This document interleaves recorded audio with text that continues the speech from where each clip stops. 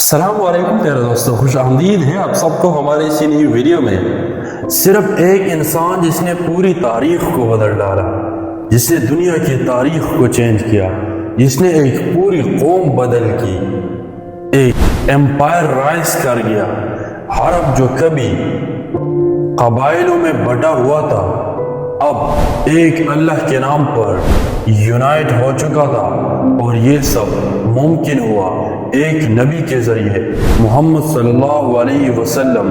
لیکن جب mission complete ہونے والا تھا، تب ایک نیا سوال پیدا ہوا۔ کیا آپ صلی اللہ علیہ وسلم نے اپنے بعد کسی کو لیڈر مقرر کیا تھا؟ 23 سال تک لوگوں کو اسلام کی طرف بلانے کے بعد آپ صلی اللہ علیہ وسلم پورے عرب کے لیڈر بن چکے تھے۔ اب عرب ایک اسٹرانگ اسلامک ایمپائر بن چکا تھا، اور لوگ تیزی سے بت پرستی چھوڑ کر اسلام کی طرف آنے لگے۔ لیکن اس کا مطلب یہ بھی تھا کہ اب نبی کریم صلی اللہ علیہ وسلم کی زندگی کا مشن تقریباً کمپلیٹ ہونے والا تھا۔ جب پورا عرب یونائٹ ہو چکا تھا، تو یہ نیوز پوری دنیا میں پھیل گئی کہ عرب میں ایک نبی آئے ہیں جنہوں نے پہلی بار پورے عرب کو ایک اللہ کے نام پر اکٹھا کیا۔ پھر دنیا سے بھر کے لوگ آپ صلی اللہ علیہ وسلم کے بارے میں سننے اور جاننے کے لیے آنے لگے۔ اسی دوران آپ صلی اللہ علیہ وسلم نے اپنی زندگی کا پہلا اور آخری حج کرنے کا ارادہ کیا۔ حج کے دوران آپ صلی اللہ علیہ وسلم نے وہ تاریخی خطبہ دیا جسے ہم حجۃ الوداع کہتے ہیں۔ صرف 10 ایئرز پہلے جنگ بدر میں آپ صلی اللہ علیہ وسلم کے ساتھ صرف 313 لوگ تھے، لیکن اب حج میں آپ صلی اللہ علیہ وسلم کے سامنے 1 لاکھ سے زیادہ لوگ جمع ہو گئے تھے۔ ان میں ہر نسل، ہر رنگ کے لوگ تھے، وائٹ، براؤن، بلیک، سب قسم کے لوگ یہاں پر جمع ہوئے تھے۔ اسی مقام پر آپ صلی اللہ علیہ وسلم نے دنیا میں سب سے پہلے ریسزم کو ختم کرنے کا اعلان کیا، اور فرمایا کسی عربی کو عجمی پر اور کسی گورے کو کالے پر کوئی فضیلت سوائے تقوی کی نہیں ہے۔ آپ صلی اللہ علیہ وسلم نے عورتوں کے رائٹس پر بھی بات کی۔ آج بھی آپ صلی اللہ علیہ وسلم کا دیا گیا یہ میسج یونائٹڈ نیشن کریکٹر کا حصہ ہے۔ اس خطبے کے آخر میں وہاں کے موجود سب لوگوں نے گواہی دی کہ آپ صلی اللہ علیہ وسلم نے اپنے نبی ہونے کا حق ادا کر دیا۔ حج کے بعد نبی کریم صلی اللہ علیہ وسلم مکہ سے مدینے کی طرف واپس جا رہے تھے۔ راستے میں ایک جگہ غدیر خم پر آپ صلی اللہ علیہ وسلم نے ہزاروں مسلمانوں کے سامنے فرمایا، جس کا میں مولا ہوں اس کا مولا علی ہے۔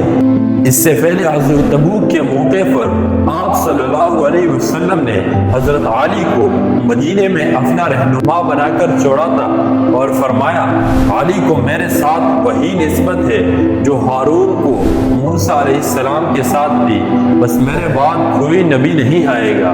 مدینہ واپس آ کر آپ صلی اللہ علیہ وسلم نے روم کی سلطنت سے جنگ کے لیے ایک اسٹرانگ آرمی تیار کی، تاکہ جنگی موتا میں شہید ہونے والا مسلمان کا ریونج بدلہ لیا جا سکے۔ اس آرمی کا لیڈر اسامہ بن زید کو مقرر کیا، کیونکہ ان کے والد زید بن حارثہ جنگ میں شہید ہوئے تھے۔ مگر اچانک آپ صلی اللہ علیہ وسلم کی بیماری وقت کے ساتھ مزید بڑھ گئی۔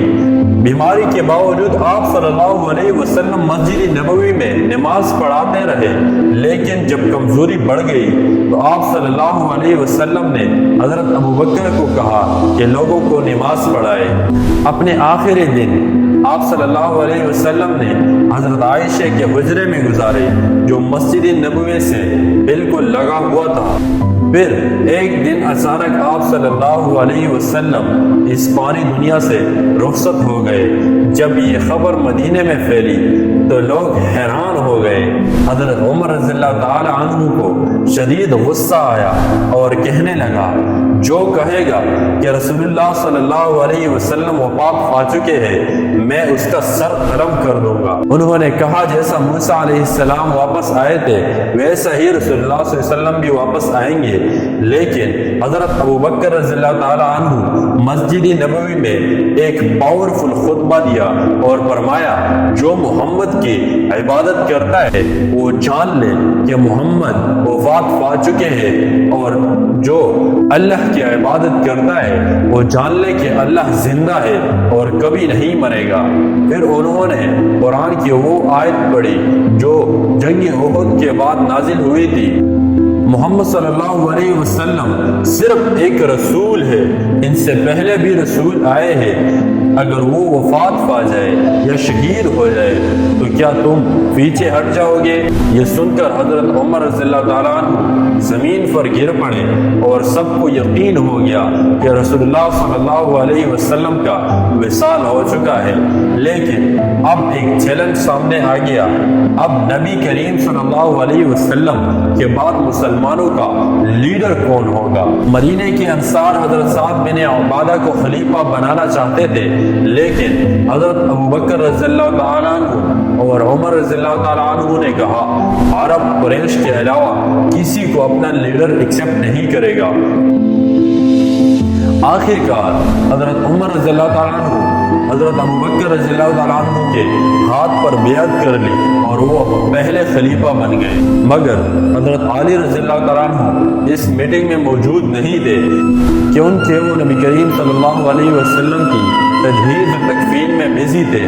جب حضرت علی رضی اللہ تعالیٰ عنہ کو خلافت کی خبر ملی تو انہوں نے اعتراض کیا کہ رسول اللہ صلی اللہ علیہ وسلم کی فیملی ممبرز کی غیر موجودگی میں اتنا بڑا فیصلہ کیسے کیا گیا؟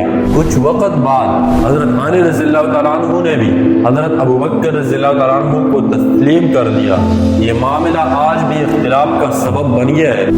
دنیا کے تقریباً 87% مسلمان سنی ہے جو کہتے ہیں کہ نبی کریم صلی اللہ علیہ وسلم نے بعد میں کسی کو کلیئرلی خلیفہ مقرر نہیں کیا تھا، بلکہ مشورے سے حضرت ابوبکر رضی اللہ تعالیٰ عنہ کو منتخب کیا اور وہ درست تھا، جبکہ 13% شیعہ مسلمان کہتے ہیں کہ غدیر غم میں نبی کریم صلی اللہ علیہ وسلم نے حضرت علی کو اپنا سکسیسر بنایا تھا۔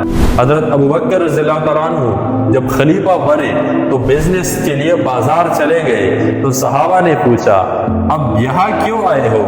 انہوں نے کہا اگر میں کام نہ کروں تو اپنے گھر والوں کو کھانا کیسا کھلاؤں گا؟ تب صحابہ نے کہا کہ ہم آپ کی سیلری مقرر کریں گے۔ تو حضرت ابوبکر رضی اللہ تعالیٰ عنہ نے کہا میرا تنخواہ ایک عام مزدور کی برابر ہونا چاہیے۔ تب صحابہ نے کہا ایک عام مزدور کی سیلری تو بہت زیادہ کم ہوتی ہے۔ تب حضرت ابوبکر رضی اللہ تعالیٰ عنہ نے کہا کہ تب مزدوروں کا سیلری بڑھا دو۔ یوں اسلامک خلافت کا دور شروع ہوا۔ حضرت ابوبکر نے سب سے پہلا کام وہی فوج روانہ کرنا تھا جو رسول اللہ صلی اللہ علیہ وسلم کی بیماری کی وجہ سے رک گئی تھی، لیکن یہ آسان نہیں تھا کیونکہ بہت سے لوگوں نے زکوٰۃ دینے سے انکار کر دیا اور کچھ جھوٹے لوگوں نے نبوت کا جھوٹا دعویٰ کیا۔ تو یہ تھا ہمارا پہلا ویڈیو جہاں ہم نے رسول اللہ صلی اللہ علیہ وسلم کی زندگی کے دنوں اور خلافت راشدہ کی آغاز کی کہانی آپ تک پہنچائی۔ اگر آپ کو ہماری ویڈیو پسند آئی ہو، یہ ایک سلسلہ ہے جس میں ہم اسلام کی تاریخ، خلافت اور اہم شخصیات کے بارے میں آپ کو ڈیٹیل میں بتائیں گے۔ اس سفر میں ہمارے ساتھ رہنے کے لیے ہمارے چینل کو سبسکرائب کریں، ویڈیو کو لائک کریں اور اپنے دوستوں کے ساتھ ضرور شیئر کریں تاکہ مزید اسی طرح دلچسپ ویڈیو آپ تک ملتے رہے۔ تو ملتے ہیں نیکسٹ ویڈیو میں، تب تک کے لیے اللہ حافظ، جزاکم اللہ خیر، السلام علیکم۔